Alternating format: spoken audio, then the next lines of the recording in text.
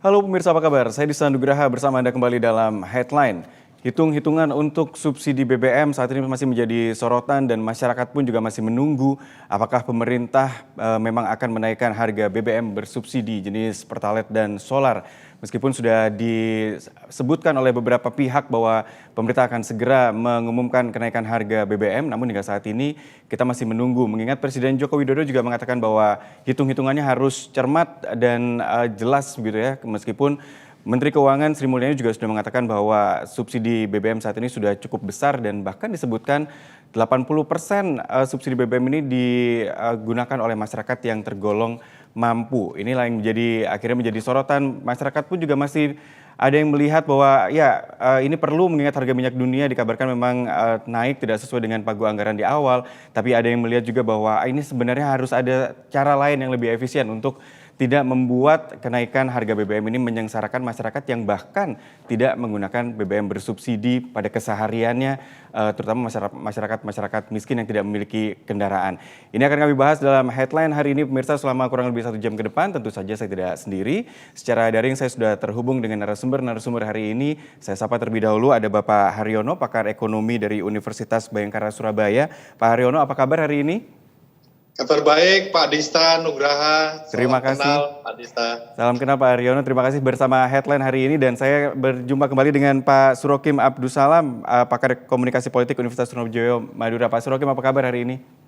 Alhamdulillah Mas Cita, baik. Terima kasih Pak Surokim juga bersama kami. Alhamdulillah sehat. Saya ke Pak Haryono terlebih dahulu. Pak Haryono, melihat sudah beberapa waktu ini wacana kenaikan BBM mengemuka, lalu pemerintah juga sudah mulai terlihat melakukan hitungan-hitungan yang kabarnya harus cermat, ini yang dikatakan oleh Presiden Jokowi. Ini masih tampak tarik ulur. Sebenarnya memang menunggu momentum yang tepat atau memang ini rasanya masih ada perhitungan-perhitungan yang harus detail juga ini untuk menentukan apakah memang jadi naik atau tidak? Iya, terima kasih Pak Dista. Jadi pasti pemerintah punya hitung-hitungan kapan waktu yang paling tepat untuk dinaikkan. Karena memang kondisinya semua sekarang mengalami kondisi yang paling menyedihkan, paling menyengsarakan. Kalau saya amati sejak tahun 1930-an ini adalah yang paling berat gitu. Tahun 1930-an ada yang namanya Great Depression. Jadi memang itu saat awal sekali depresi seluruh dunia pada saat itu dan ini sekarang terjadi lagi. Dan pada saat itulah ada yang namanya John Maynard Keynes menciptakan atau memberikan ide dengan buku yang namanya Keseimbangan Umum. Pada saat itulah muncul awal subsidi itu menjadi sebuah ide. Awalnya kan Adam Smith menginginkan melalui mekanisme pasar, tapi mekanisme pasar untuk mencapai keseimbangan butuh waktu yang panjang. Maka muncullah ide yang dibuat oleh John Maynard Keynes menggunakan yang namanya pengeluaran pemerintah. Itu yang awalnya. Nah, pertanyaan apakah momentumnya ini tepat? Pemerintah tentu akan berhitung momentumnya dari berbagai aspek. Kalau dari aspek ekonomi sebenarnya gampang. Dari aspek ekonomi gampang. Mencari keseimbangannya itu gampang. Ya nanti pemerintah menaikkan dan kemudian masyarakat akan menyesuaikan. Tapi tidak semua masyarakat secara itu akan mendorong atau mendukung itu. Masyarakat, terutama masyarakat yang berpendapatan rendah, pasti mereka akan meneriakan terlalu mahal, terlalu berisiko, akan ada inflasi di sana. Tapi sebenarnya pemerintah pun juga berhitung, kalau terus-terusan disubsidi, maka sebenarnya yang menikmati subsidi bukan masyarakat kecil, yang menikmati subsidi adalah mereka yang berpendapatan menengah ke atas. Karena yang bisa membeli BBM itu adalah orang yang kaya. Sehingga hitung-hitungannya nanti akan ketemu, karena akan ada 3 metode yang akan dilaksanakan pemerintah. Kalau tetap seperti sekarang, harganya seperti sekarang, itu ada konsekuensinya. Kalau dinaikkan juga ada konsekuensinya. Dan kemudian kalau menggunakan pilihan-pilihan lain pasti ada konsekuensinya. Nanti akan ada dialognya, pendalamannya ke sana kira-kira. Tapi Pak Haryono kalau bicara tentang subsidi yang tepat anggaran itu memang tepat sasaran maksud saya itu memang yang harus menjadi kunci begitu ya. Tapi kita lihat memang bertahun-tahun SPBU juga membiarkan begitu BBM bersubsidi ini juga dibeli oleh mobil-mobil mewah, mobil-mobil keluaran baru, bahkan mobil-mobil yang memang sudah jelas aturannya tidak boleh mengisi di bawah RON 92 seperti LCGC misalnya. Itu pun juga dengan mudahnya dan tidak ada sanksi apapun ini bisa mengakses BBM bersubsidi. Ini yang terus terjadi bertahun-tahun dan sepertinya masih belum ada cara. Apakah memang kenaikan harga BBM ini menjadi cara terakhir di samping mestinya ada pengetatan misalnya? Betul, jadi yang kalau dibuat sederhana dan gampang ya dinaikkan saja, nanti masyarakat yang menyesuaikan kan seperti itu. Kalau versinya pemerintah, tapi tentu setiap keputusan ada konsekuensinya. Misalkan saja kalau dinaikkan, katakanlah minggu depan atau minggu ini pasti akan ada perlawanan dari masyarakat. Perlawanannya biasanya, loh dalam situasi seperti ini kok masih menaikkan, nanti konsekuensi inflasinya bagaimana? Itu menjadi pertanyaan. Nah, lalu kemudian ada pihak-pihak yang diuntungkan dari perlawanan masyarakat itu lalu kemudian menumpang di sana gitu. Free rider di sana itu yang terjadi. Itu yang kita nanti. Baik. Nah, kalau dikaitkan dengan pertanyaan Pak Dista tadi seperti itu, kalau kenapa ini peruntukannya tidak jelas gitu. Peruntukannya tidak jelas. Ya tentu akan ada kalau di beberapa yang kita baca itu di beberapa negara yang sudah maju di sana, itu mekanismenya tidak seperti itu. Yang diskusi sering dilaksanakan di beberapa TV nasional, ya memang subsidi itu harus berbasis kepada orang, bukan berbasis kepada barang. Nah, nanti itu akan ketemunya di sana.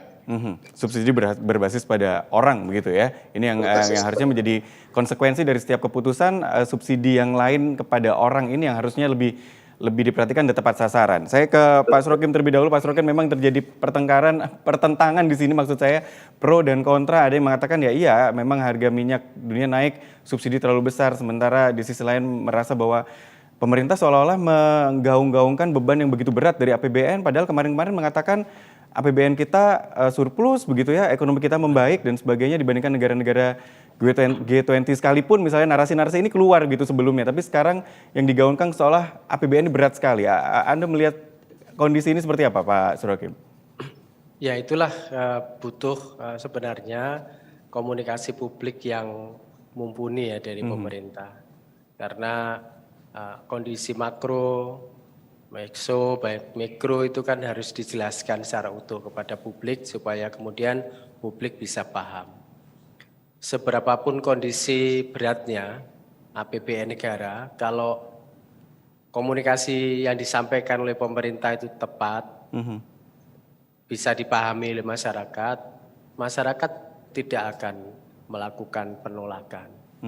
Tapi sekali lagi ini menyangkut barang publik ya, yang mungkin sangat sensitif terhadap berbagai hal, terutama berkaitan dengan kenaikan harga, maka saya setuju ini menjadi pilihan akhir. Ya. Jadi seharusnya tersedia alternatif pendahuluan sebelum kemudian ini menjadi pilihan paling akhir. Nah, pilihan paling akhir itu harus didahului oleh penjelasan, pemahaman, komunikasi publik yang mumpuni dari pemerintah. Selama ini keterampilan itu tidak mumpuni menurut saya pemerintah. Pak Surokim melihat sisi yang mana nih yang masih terasa kurang mumpuni itu tadi Pak Surokim? Seringkali istilahnya orang Surabaya itu ujuk-ujuk, mendadak begitu. Jadi taruhlah kemudian pemerintah ingin menjelaskan bahwa beban subsidi APBN terlalu besar pada konsumsi minyak kita. Nah, apakah itu kemudian diikuti ya penjelasan yang bisa diterima masyarakat dengan lebih mudah, dengan lebih simpel, yang kemudian kalangan menengah ke bawah itu bisa memahami bahwa pemerintah saatnya ditolong. Persoalannya kan selama ini tidak begitu. Selama ini kan seolah-olah semaunya sendiri pemerintah menaikkan harga BBM, lalu kemudian tidak ada penjelasan secara cukup ya menurut saya. Lalu tidak dilibatkan serta gitu, tidak ada mekanisme perjumpaan yang cukup antara publik dan pemerintah untuk mendiskusikan hal ini, karena faktanya kan memang pilihan-pilihan pemerintah itu kan selalu menganggap enteng saja gitu loh. Bahwa subsidi begini, lalu kemudian nanti ada pemberian kompensasi BBM begini. Pilihannya pilihan yang menurut saya pemerintah juga membuat dirinya sulit gitu. Seperti satu sisi meningkatkan harga untuk konsumsi BBM. Pak Surohim? Oke, saya sepertinya ada BBM. sedikit gangguan sedikit Pak Surohim. Ini tadi penjelasan masih sedikit tersendat. Saya jeda terlebih dahulu, nanti kita lanjutkan penjelasannya Pak.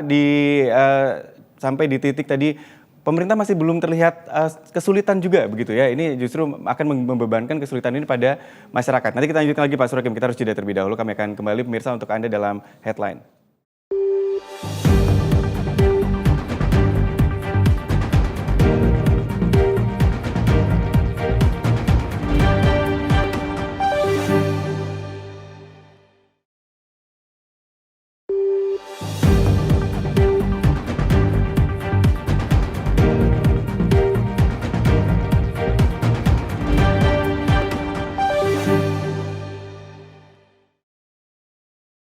Anda kembali bersama kami pemirsa dalam Headline. Pemerintah tentu sudah berupaya untuk menjelaskan keadaan saat ini, terutama bagaimana kondisi APBN saat ini yang harus mengalami beban yang cukup berat. Kabarnya seperti itu dengan alokasi anggaran subsidi energi yang diperkirakan sudah habis pada bulan Oktober, tidak sampai pada akhir tahun jika subsidi energi ini tidak ditambahkan. Narasi itu yang saat ini sedang terus digaungkan, bahkan pakar ekonomi yang mencoba untuk mencermati pun menemukan bahwa ya angka subsidi energi ini macam-macam gitu instrumennya, dan di sana juga angka subsidi BBM dikabarkan tidak terlalu besar sebenarnya. Saya kembali ke Pak Surohim tadi, kalau Pak Surohim mengamati bahwa pemerintah belum tampak kesulitan gitu kondisinya saat ini. Sementara masyarakat membutuhkan transparansi jelasnya. Karena jika ini transparan, saya pikir masyarakat mungkin bisa melihat ya oke, fair enough gitu ya untuk bisa menentukan bahwa ini naik atau tidak. Masih melanjutkan penjelasan Pak Surohim, silakan Pak, untuk apa yang harus disampaikan lagi oleh pemerintah supaya ini jelas dan transparan supaya masyarakat bisa menerima sebenarnya? Ya, kenapa saya garis bawahi bahwa transparansi itu penting? Karena memang selama ini pemerintah gagal menjelaskan kepada publik, bisa meyakinkan kepada publik. Seolah-olah kemudian publik yang kemudian harus dimasalahkan. Padahal permasalahannya bukan yang ada di publik, tapi di tata kelola di mana pemerintah sendiri yang kurang hati-hati, tidak memperbaiki tata kelola BBM itu dengan baik, dan itu belum selesai sampai sekarang. Kalau dengan profesional taruhlah begitu, lalu kemudian berbagai teknis ya, terutama di lapangan itu tidak merumitkan para pelaksana di lapangan. Kan juga semisal aja ya kita kemarin membuat terobosan tentang penggunaan kartu-kartu itu.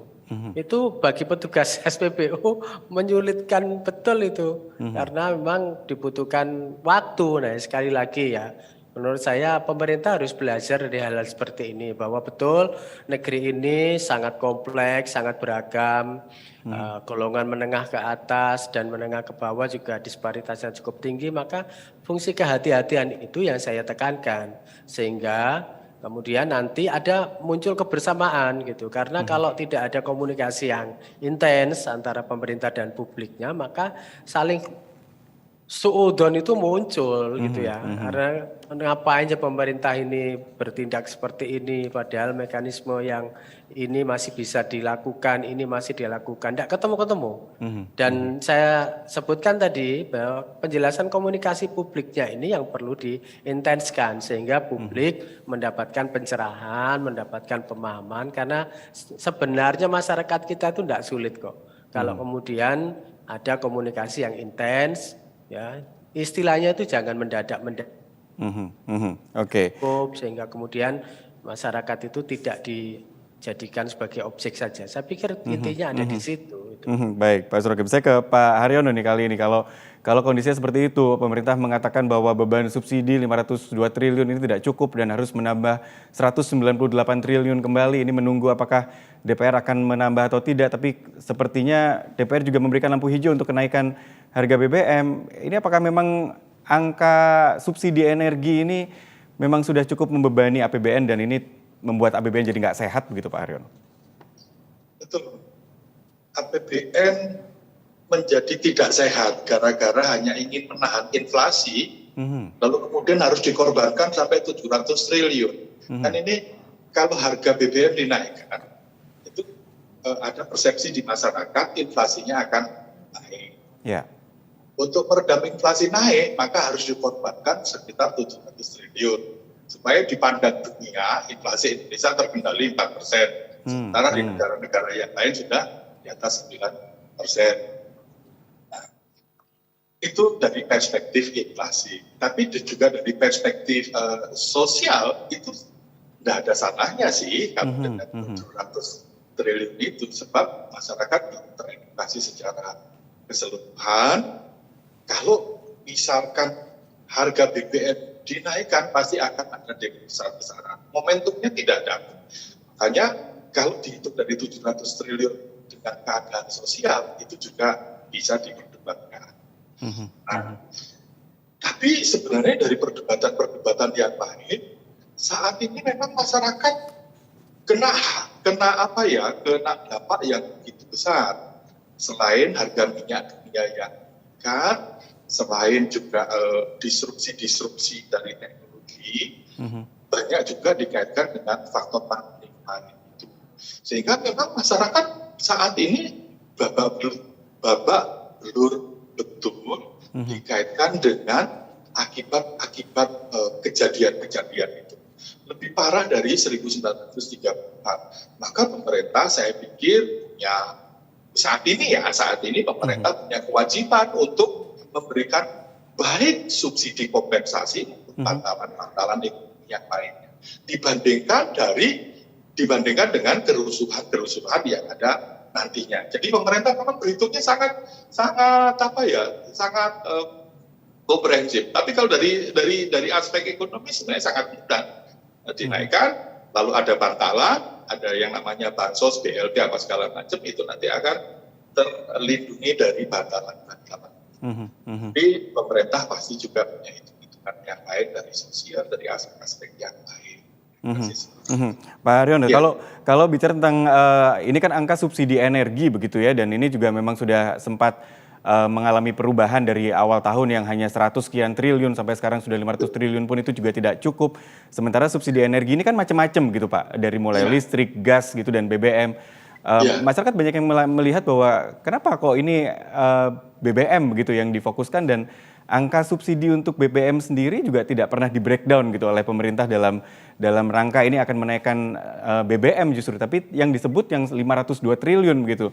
Ini sebenarnya apakah memang untuk subsidi BBM ini juga membebani sebegitu besarnya begitu? Iya, karena kita sudah terframing bahwa BBM itu adalah barang publik.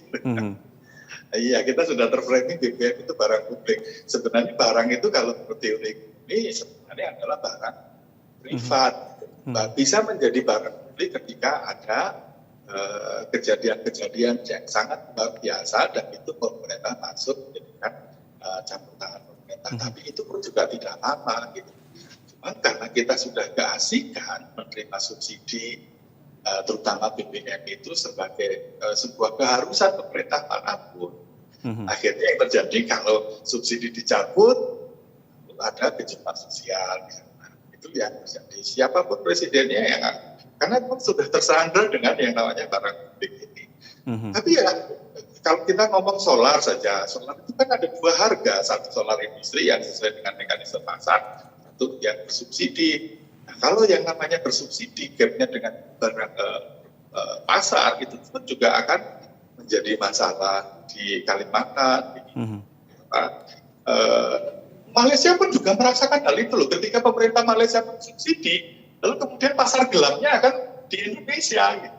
Jadi kalau subsidi itu dari aspek mekanisme pasar itu juga akan melahirkan pasar gelap juga. Ya, ya betul. Ya, Karena gap yang terlalu besar tentu ada margin yang bisa menjadi keuntungan dari pasar gelap itu.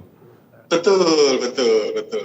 Jadi kalau sekarang tidak dinaikkan subsidinya, lalu kemudian pemerintah akan membagikan berdasarkan kuota, nanti yang muncul pasar gelap. Lalu kemudian antri di SPBU, kita bisa bayangkan kalau di sekitar rumah kita truk-truk pada ngantri solar itu pun juga jadi masalah macet. Itu juga menjadi pertimbangan-pertimbangan. Dan itu setiap tahun kita akan laksanakan. Setiap tahun akan ada kejadian-kejadian seperti itu kalau subsidinya dipermasalahkan. Maka hemat saya adalah ya menjadi pertanyaan kita semua, sampai kapan subsidi ini atau BBM ini menjadi barang privat? Atau pertanyaan yang sederhana, kenapa sih solar maupun pertalite itu menjadi barang publik? Itu pertanyaannya yang sederhana saja. Baik. Karena nanti saya juga ingin mencermati terkait dengan kondisi inflasi yang mengancam ketika memang BBM ini akan jadi dinaikkan, mengingat negara-negara lain pun juga mengalami inflasi yang bahkan mencapai 2 digit begitu ya. Saya akan lanjutkan diskusi bersama dengan Pak Haryono dan juga Pak Surokim. Kita lanjutkan usai jeda, pemirsa tetap bersama kami dalam Headline.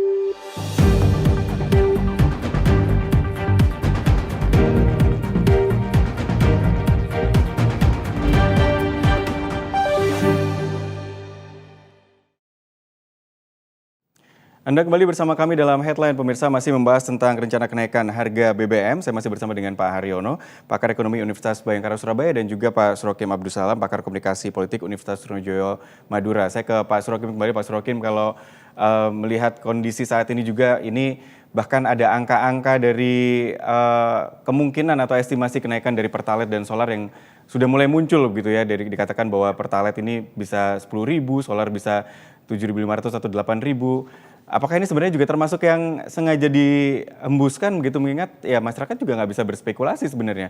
Sehingga ini membuat nanti kalau misalnya Pertalite itu cuma harganya 9.000 seolah tidak semahal yang disebutkan kemarin kok begitu. Ini Pak Surokim melihatnya kondisi ini seperti apa?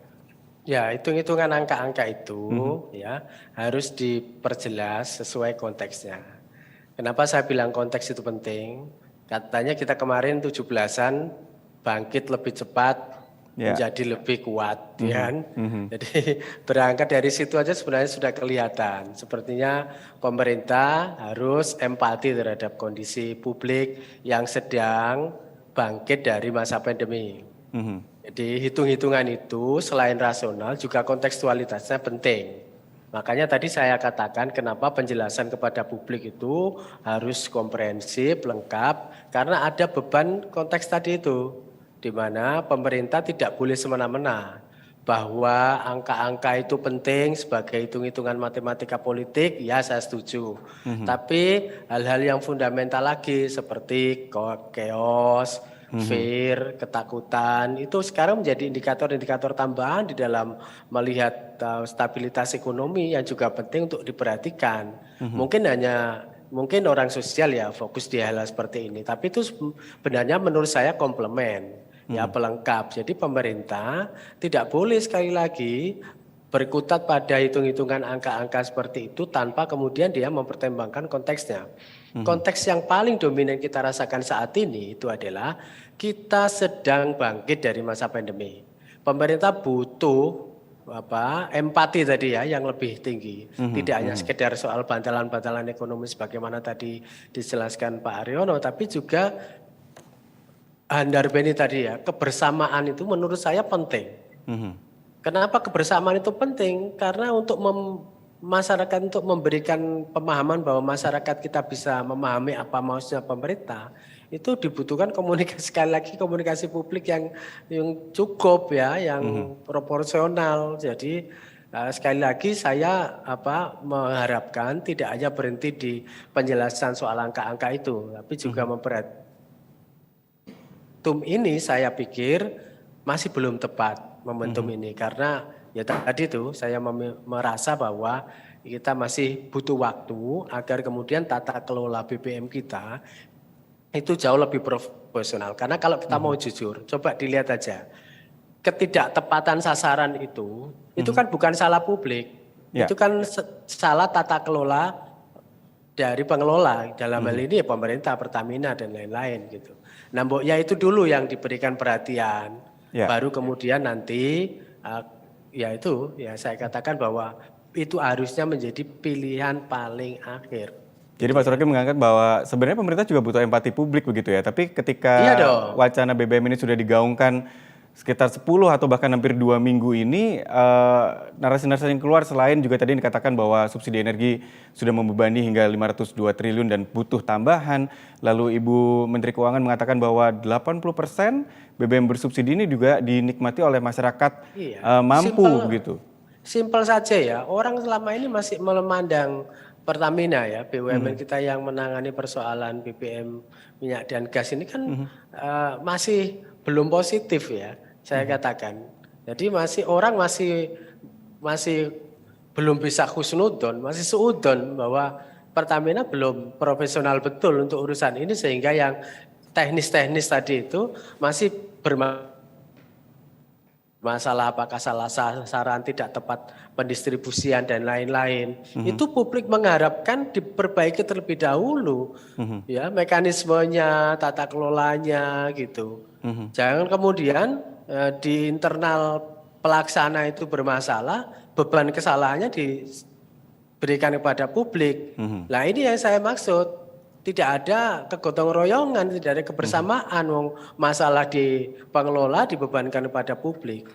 Saya katakan bahwa sepanjang pengelola profesional, publik mau naik, kayak mau apa, itu gampang menurut saya. Tapi kalau pengelola aja tidak mampu bertindak profesional, ya untuk apa publik kemudian afirmatif terhadap kekurang profesional pengelolaan itu, gitu loh. Jadi kita tuh sebenarnya yang bermasalah ini publik apa pengelola itu kan perlu dijelaskan juga gitu loh. Jangan sampai kemudian publik terus-menerus dijadikan kambing hitam untuk kesalahan dari tata kelola. Pak Surokim, kalau tadi saya melanjutkan, Menteri Keuangan bilang bahwa 80% subsidi BBM dinikmati oleh masyarakat mampu, termasuk bahkan belakangan sering muncul video, foto di media sosial yang melihat mobil-mobil mewah mengisi Pertalite begitu misalnya. Ini salah masyarakat atau salah pemerintah hal yang tata kecil kelola? Ya. Menurut saya tata kelola salah regulasi. Jadi kenapa kemudian mereka kelompok berpunya itu pindah ke rendah yang lebih murah gitu loh. Jadi ini ya sekali lagi mekanismenya sudah rumit, sudah pakai kartu, sudah pakai begini, online macam-macam. Petugas-petugas yang di SPBU itu butuh yang simpel-simpel sebenarnya. Tidak harus kemudian rumit-rumit. Inilah yang saya maksud bahwa hal-hal yang distribusi yang di level lapangan ini saja pemerintah masih belum mampu dan kedodoran ya untuk memberikan keyakinan kepada publik gitu loh. Jadi ini yang saya maksud tata kelola gitu. Publik memilih simpelnya Mas, semua orang berkepentingan untuk mengambil yang paling ekonomis menurut dia. Tapi policy itu ya harus disusun, harus didesain gitu ya. Yang tidak memungkinkan itu kemudian bisa terjadi gitu. Boro-boro nanti distribusi di level bawah diketatin, tapi kemudian permainan di industri besar. Tontonan ribuan jutaan itu kadang-kadang kan mencederai kepercayaan publik. Itu loh yang saya sampaikan kepada pemerintah. Pokoknya pemerintah itu empati ya terhadap hal begitu itu, bahwa masyarakat ini ya lagi-lagi bukan kelinci percobaan yang kemudian maunya semau-maunya saja. Ujuk-ujuk kita dijelaskan BBM kita 700 triliun begini-begini, tapi bocoran ya, maladministrasi kebijakan pengelolaan itu tidak diperhatikan. Nah itulah yang jadinya. Jadi bukan kok pengamat ilmu sosial gitu tuh memang hal-hal seperti itu harusnya jadi urgent gitu ya. Sehingga ya sekali lagi kita kan mengeman kepada pemerintah, tujuannya untuk apa, kemudian membebani masyarakat yang dalam kondisi mau bangkit ini loh. Saya katakan itu konteks yang penting supaya pemerintah lebih empatik gitu. Oke, baik. Saya ke Pak Haryono nih. Pak Haryono, kalau bicara tentang tata kelola yang juga masih menjadi sorotan dari masyarakat juga, sementara kondisinya saat ini kita lihat ya sebenarnya nggak apa-apa gitu naik mungkin ya, atau pilihannya menaikkan subsidi dengan melepas tidak menaikkan harga BBM, maksud saya menaikkan harga BBM dan menaikkan subsidi. Ini plus minusnya ada di mana, Pak? Kalau memang pemerintah masih mampu menambah 198 triliun, kira-kira akan menjadi masalah apa gitu, Pak? Ya, kalau pemerintah mau menambah 198 triliun, ya sampai kapan? Apakah tahun depan juga akan bakar-bakar uang seperti ini? Kalau sekarang saya bisa memahami karena situasionalnya pandemi, situasionalnya disrupsi, situasionalnya memang harga minyak dunia naik, dan ini memang masih berlangsung. Nah, saya yakin pun juga sampai tahun depan pun juga 2023 perang yang ada di Ukraina maupun di Taiwan itu pun juga kalau itu terjadi, ya memang pemerintah juga harus menyiapkan banyak bantalan, harus banyak kompensasi gitu. Nah, tapi kalau ini setiap tahun dilakukan hanya untuk bakar-bakar uang saja, itu pun juga bukan solusi yang baik.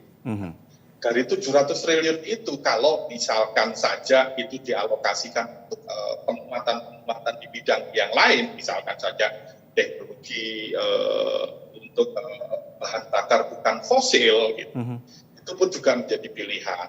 Itu pilihan jangka panjang ya, pilihan jangka pendeknya memang harus disubsidi. Saya setuju pilihan jangka pendeknya memang harus disubsidi. Sampai 2 tahun akan datang, 1-2 tahun akan datang, subsidi memang harus diberikan. Kompensasi harus diberikan.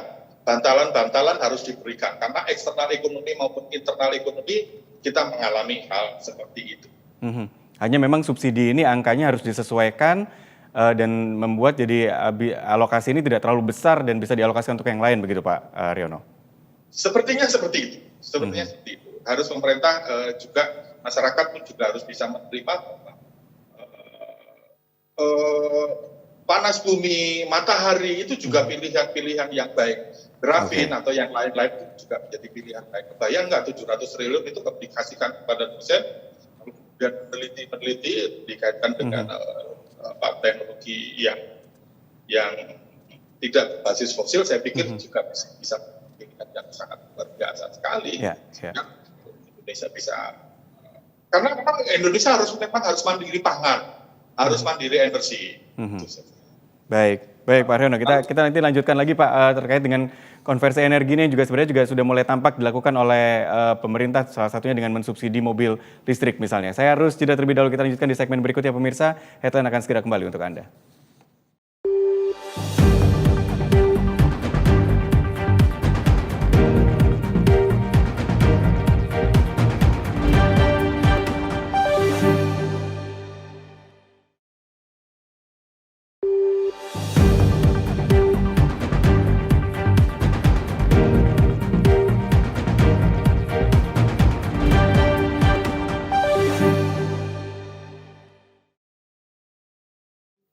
Terima kasih pemirsa, Anda masih bersama kami dalam Headline dan kami masih akan lanjutkan diskusi terkait dengan rencana pemerintah untuk menaikkan harga BBM bersubsidi. Saya kembali ke Pak Haryono, Pakar Ekonomi Universitas Bhayangkara Surabaya. Pak Haryono melanjutkan penjelasan tadi, kalau misalnya tadi saya tanyakan jika ini alokasi untuk BBM bersubsidi di APBN ini memang ditambah, maka sebenarnya ada beberapa hal yang harusnya bisa dilakukan termasuk konversi energi yang penelitiannya bisa terus digencarkan untuk mandiri secara energi di Indonesia ini jadi terhambat. Tapi kalau sekarang saya balik kondisinya memang kalau anggaran ini tidak ditambah dan BBM akhirnya BBM bersubsidi harus dinaikkan, ancaman inflasi bisa sampai 9% atau bahkan mungkin lebih. Kita melihat beberapa negara lain juga mengalami hal yang sama dan inflasi bahkan sudah mencapai 2 digit di beberapa negara. Sebenarnya ketakutan utama ketika inflasi ini menyentuh 8 atau 9%, apa yang harus diantisipasi Pak Haryono?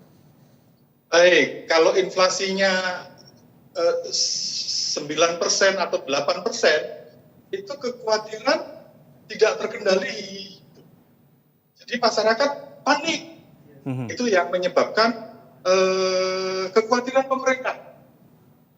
Jadi kepanikan masyarakat itu juga menjadi variabel penting kenapa harus subsidinya ditambah sampai 700 triliun.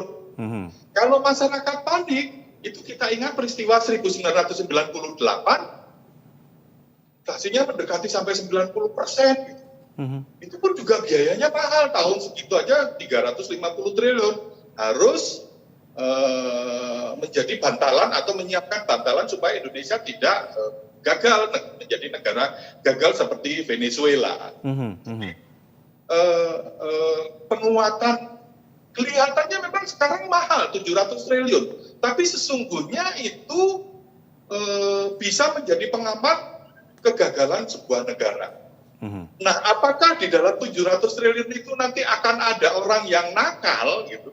Ya, pihak kepolisian atau pihak yang akan mencari tahu. Tapi kalau sebagai seorang ekonom, ya 700 triliun sekarang itu wajar untuk sebuah keutuhan negara.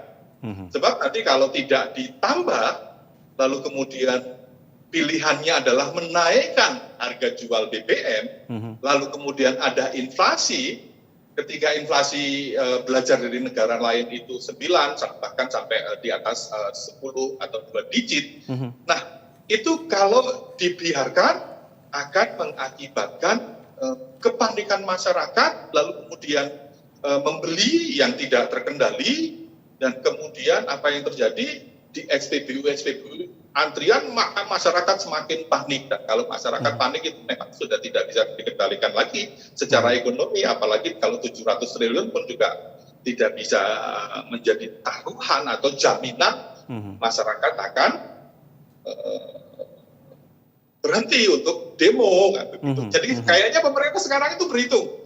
Ini kalau naikkan berapa, kalkulasinya kalau demo berapa, dan seterusnya itu akan menjadi kalkulasi sekarang. Masih disimulasikan. Kira-kira sih seperti itu, Pak Dista. Seandainya memang ini harus dinaikkan, memang pemerintah menyiapkan subsidi yang lebih tepat sasaran, terutama untuk masyarakat yang memang membutuhkan. Ini yang menjadi elemen penting juga ketika BBM ini dinaikkan. Apakah dengan langkah itu sudah cukup, Pak Haryono, dengan memberikan kompensasi untuk BLT misalnya nantinya? Apakah ini memang sudah cukup untuk bisa meredam kepanikan itu nantinya?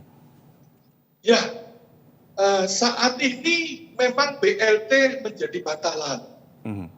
Saat ini BLT menjadi bantalan agar memang shock atau kejutan-kejutan akibat kenaikan BBM itu bisa teredakan. Teknisnya harusnya sekarang BLT sudah dikasihkan dulu, baru harga mau disesuaikan. Itu teknisnya seperti itu. Supaya memang masyarakat, nanti kalau dinaikkan dulu masyarakat tidak punya BLT, tidak ada bantalan, pun juga jadi rodit lagi, menjadi marah lagi, akan ada demo-demo besar lagi gitu. Dikasih bantalan aja masih demo, apalagi tidak akan dikasih bantalan, kira-kira sih ke depannya akan timbul masalah-masalah seperti itu juga gitu. Baik.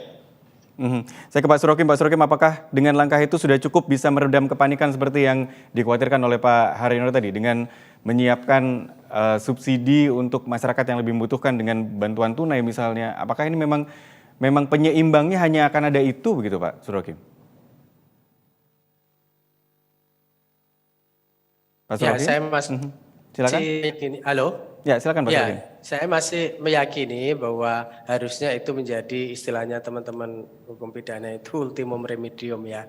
Harusnya menjadi pilihan akhir dari sekian alternatif yang tersedia. Jadi pemerintah seharusnya memberikan penjelasan kepada publik tentang jalan keluar dan pilihan-pilihan yang lebih banyak terlebih dahulu, belum akhirnya kemudian memutuskan untuk menaikkan harga BBM. Harus ada penjelasan dan alternatif lain yang mumpuni, tadi saya bilang, yang cukup kepada publik. Walaupun untuk kemudian dari alternatif-alternatif itu akhirnya kemudian tiba kepada pilihan menaikkan harga BBM, paling tidak publik sudah memperoleh penjelasan yang lebih utuh dan komprehensif. Pilihannya apa Pak Surokim? Apakah memang pemerintah seperti saat ini sudah tidak punya pilihan lagi gitu sehingga harus ini menjadi pilihan terakhir? Apakah memang ini sudah menjadi pilihan terakhir atau Pak Surokim melihat sebenarnya ada pilihan lain dulu nih? Yang belum dilakukan bahkan. Harusnya dibuat pilihannya lebih banyak, termasuk di dalamnya tadi saya masih menuntut perbaikan tata kelola yang lebih baik terhadap distribusi BBM kita. Itu harus terlihat dulu begitu Pak Surokim ya? Iya dong, menurut saya itu harus serius dulu gitu. Jangan sampai kemudian kebocoran-kebocoran tidak ada jalan keluar, tidak ada pengawasan yang baik, lalu kemudian itu tidak dijadikan juga sebagai setuju bahwa bantalan-bantalan itu juga penting ya dalam rangka untuk menguatkan kelompok yang tidak diuntungkan di dalam proses ekonomi, tapi dengan jumlah yang cukup besar memang Pak, sekali lagi pemerintah butuh empati menurut saya, tindakan yang lebih empatik. Karena kalau tindakan yang lebih empatik itu akan jauh lebih mudah. Saya katakan begini ya, BUMN kita ini kan hari-hari ini juga masih disorot publik sebagai salah satu BUMN sapi perahan yang mungkin dalam tanda kutip masih banyak dimainkan gitu. Nah itu aja belum mampu meyakinkan kepada publik terkait dengan profesionalisme Pertamina semisal gitu ya. Sekali lagi kalau itu ada langkah yang sungguh-sungguh dari pemerintah pelaksana, saya kira faktor empatik tadi itu akan bisa ditangkap oleh publik dengan baik. Bahwa selama ini kalau kemudian itu tidak cukup, maka publik masih punya LSM, masih punya DPR yang kemudian bisa memberi penjelasan ya kepada pemerintah terkait dengan menurut saya sedramatik apa situasi APBN kita.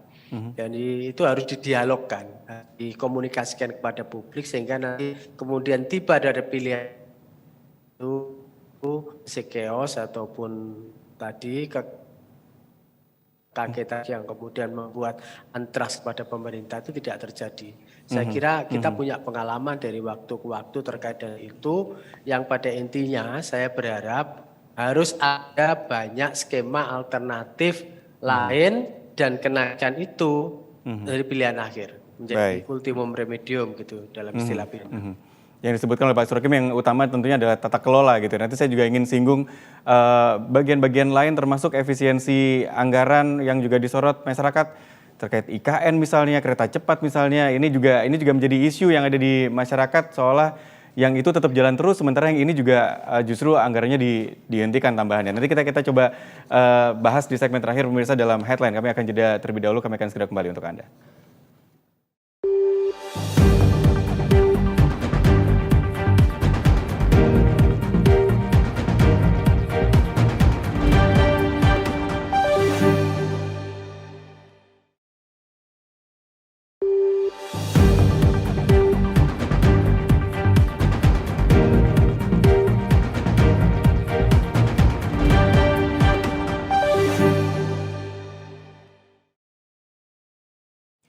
Kepercayaan publik kepada pemerintah ini tentu harus dibangun mengingat kalau subsidi BBM yang menyentuh seluruh masyarakat bahkan yang tidak memiliki kendaraan bermotor pun juga akan merasakan dampaknya ketika BBM bersubsidi ini dinaikkan, tentu harus menjadi kunci bagaimana masyarakat bisa percaya kepada pemerintah bahwa ini memang menjadi satu pilihan terakhir dan ini demi kebaikan juga nantinya. Saya ingin kembali membahas terkait kepercayaan ini. Tadi Pak Surokim juga sudah menyebut bahwa ya, minimal dari tata kelola terlebih dahulu harus diperbaiki, dilakukan dan ditunjukkan ke masyarakat, itu sudah dilakukan. Sementara saya lihat juga banyak masyarakat yang menyoroti proyek-proyek yang sebenarnya masih dianggap tidak terlalu mendesak begitu, tapi anggaran tetap jalan atau dialokasikan ke sana. Kereta cepat misalnya, IKN misalnya, meskipun pasti pemerintah juga punya detail lain yang mendasari itu. Bagaimana Pak Surokim melihat kondisi ini jadi seolah masyarakat membandingkan satu proyek yang lain dengan proyek yang ini terkait dengan subsidi BBM, Pak Surokim? Ya, menurut saya jangan sampai jadi force majeure ya situasinya. Jadi memang kita tidak boleh menuju ke situasi darurat gitu. Sepanjang refocusing anggaran itu masih mungkin yang kemudian dampak ikutan terutama sosial ekonomi itu masih bisa dikendalikan, saya kira refocusing itu tidak ada salahnya. Yang penting ya tadi ya ketertiban publik itu diperhatikan, dampak sosialnya diperhatikan, jangan sampai kemudian seolah-olah tidak ada dialog. Yang saya catat dari awal sampai terakhir tadi kan seolah-olah pemerintah maunya sendiri dengan logikanya sendiri. Giliran nanti kemudian mahasiswa bergerak, DPR rame, baru kemudian ada koreksi. Nah, itu yang selama ini saya catat sebagai kekurang mahiran ya pemerintah di dalam melakukan komunikasi publik untuk hal-hal yang penting. Saya kira ini kan juga barang strategis. Tentu tidak boleh gegabah. Saya kira saya setuju dengan Presiden untuk menempuh prinsip kehati-hatian itu. Jadi jangan sampai BBM kemudian menjadi isu yang kemudian bisa membuat situasi tidak tertib, apalagi kita akan menjelang pemilu, tentu situasi yang kondusif harus diperhatikan dan sekali lagi empati kepada publik menjadi catatan, jangan sampai kemudian publik lagi-lagi dijadikan objek tanpa ya dalam tanda kutip pemerintah melakukan konsultasi yang cukup. Karena publik seperti kami ini aja ya masih memandang bahwa kita tentu bisa memperbaiki situasi ini lebih baik kalau tata kelolanya itu terus-menerus dilakukan lebih baik. Tadi ya salah sasaran, tidak tepat policy, teknis gitu tuh masih banyak gitu loh. Jadi kesalahan-kesalahan seperti itu diminimalisasi terlebih dahulu baru kemudian nanti ada pilihan jalan akhir. Bahwa kita semua dijelaskan tentang kondisi makro situasi ekonomi kita yang sedang tidak baik-baik saja, saya kira itu juga harus menjadi bahan penguat ya. Artinya pemerintah juga harus bisa menyampaikan itu kepada publik lebih jernih lagi, lebih arif lagi gitu, sehingga kesannya kemudian tidak tadi ya menang sendiri pemerintah, tapi publik juga tersedia ruang. Saya kira dialog-dialog seperti ini kan sebenarnya bagian dari pemerintah harus mendengar apa yang harus dilakukan dalam situasi yang kalau dikatakan krisis, lalu harapan publik bagaimana. Karena menurut saya memang kita butuh kebersamaan ya, kita butuh keterpaduan. Jangan sampai pemerintahnya berjalan sendiri, publiknya berjalan sendiri, pada akhirnya nanti mal praktik di lapangan terjadinya jalan sendiri-sendiri dan itu yang tidak kita inginkan. Jadi saya pikir sekali lagi ya pemerintah pasti akan mengambil langkah yang lebih bijak. Perbaikilah dulu ya tata kelola itu dengan baik, baru kemudian nanti akan ada mekanisme ya yang saya bilang sebagai ultimum remedium. Baik Pak saya ke Pak Haryono. Kalau kita melihat bahwa negara-negara lain harga BBM itu mengikuti harga pasar gitu ya, dengan harga keekonomian Indonesia masih belum bisa sepenuhnya seperti itu. Langkah-langkahnya apa untuk bisa menuju ke sana dan kapan kira-kira Indonesia ini siap untuk kondisi seperti itu, Pak Haryono? Wow, ini pertanyaan seru ini. Jadi kalau di negara lain bisa menggunakan harga keekonomian, kita belum, ya karena itu memang politik anggaran atau politik fiskal daripada pemerintah. Siapapun pemerintah, kalau berani itu keren. Tapi sampai sekarang belum ada pemerintah yang berani mengambil keputusan di ruang fiskal untuk mencabut subsidi BBM. Kira-kira seperti itu. Oke. Kenapa ini tidak berani ya? Karena memang masyarakat sudah sejak tahun 1980-an itu pemerintah sudah, kita ingat lagunya Iwan Fals karena terap gamblang ramuan itu kan subsidi BBM sudah ada di tahun 80-an. Jadi kalau mau dicabut sekarang pasti perlawanan masyarakat akan banyak. Bagaimana cara mengatasinya? Ya satu-satunya teknologi. Teknologi mengubah dari fosil menjadi bukan fosil. Aturan-aturan itu harusnya berpihak kepada energi bukan fosil. Yang terjadi sekarang adalah kayaknya di permen SDM itu penggunaan solar cell itu masih dibatasi karena memang harus berdampingan dengan menggunakan BBM itu. Saya pikir iklimnya tidak seru. Bagaimana juga dikaitkan dengan grafin, bagaimana dengan energi yang lain. panas bumi, air, energi angin yang ada di pantai selatan itu belum dimaksimalkan. Kalau itu bisa dimaksimalkan, saya pikir persoalan energi ini bisa selesai dan komoditas politik dari BBM ini bisa akan terus dengan pelan.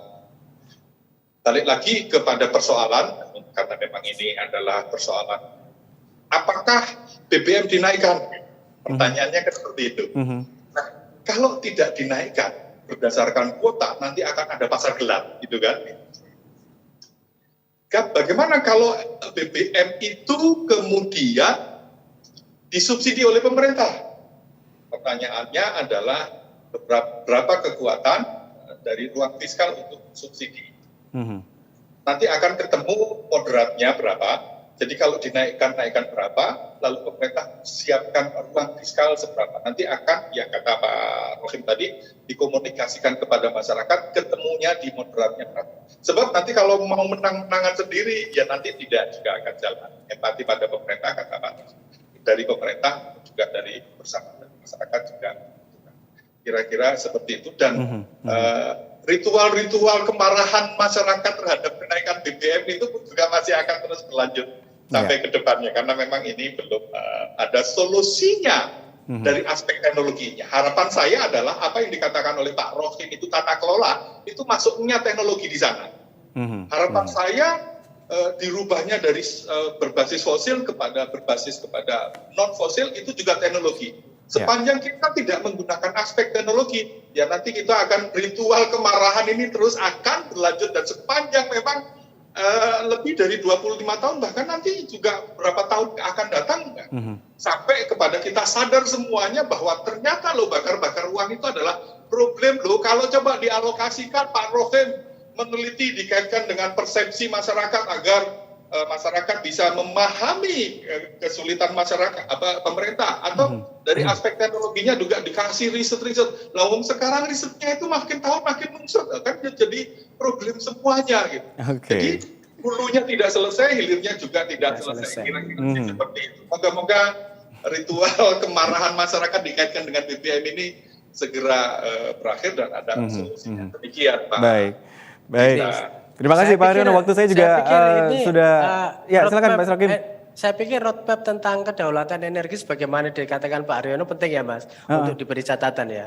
Jadi memang kita harus punya roadmap daulat energi itu supaya kemudian ya berhenti pada ya begini, tentatif, sporadis begini, tapi kita punya peta jalan keluar yang lebih komprehensif. Saya kira saya setuju dengan yang disampaikan Pak Haryono. Supaya situasinya nggak siklusnya begini-begini terus, kalau setiap mau ada kenaikan BBM, begini kondisinya akan begini-begini lagi begitu ya Mas Rohim ya.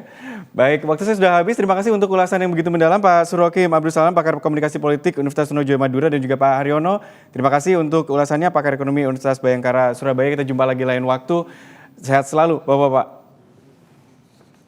Dan juga terima kasih pemirsa bersama Headline kali ini. Mudah-mudahan memang ada komunikasi yang lebih baik antara pemerintah dengan masyarakat untuk membangun trust dari masyarakat supaya kita khawatirkan kalau terjadi kemarahan atau kepanikan publik ini justru akan membebani atau memiliki konsekuensi kos yang akan jauh lebih besar.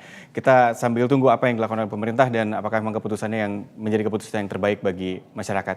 Saya pamit dari Headline pemirsa, terima kasih atas kebersamaan Anda. Wassalamualaikum warahmatullahi wabarakatuh.